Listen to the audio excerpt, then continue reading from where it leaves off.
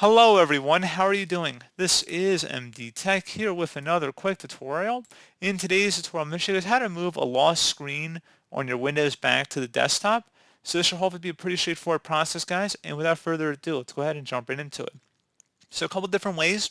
First thing I recommend doing would be to right click on the icon and then just actually open it up. So you just select that to open it up.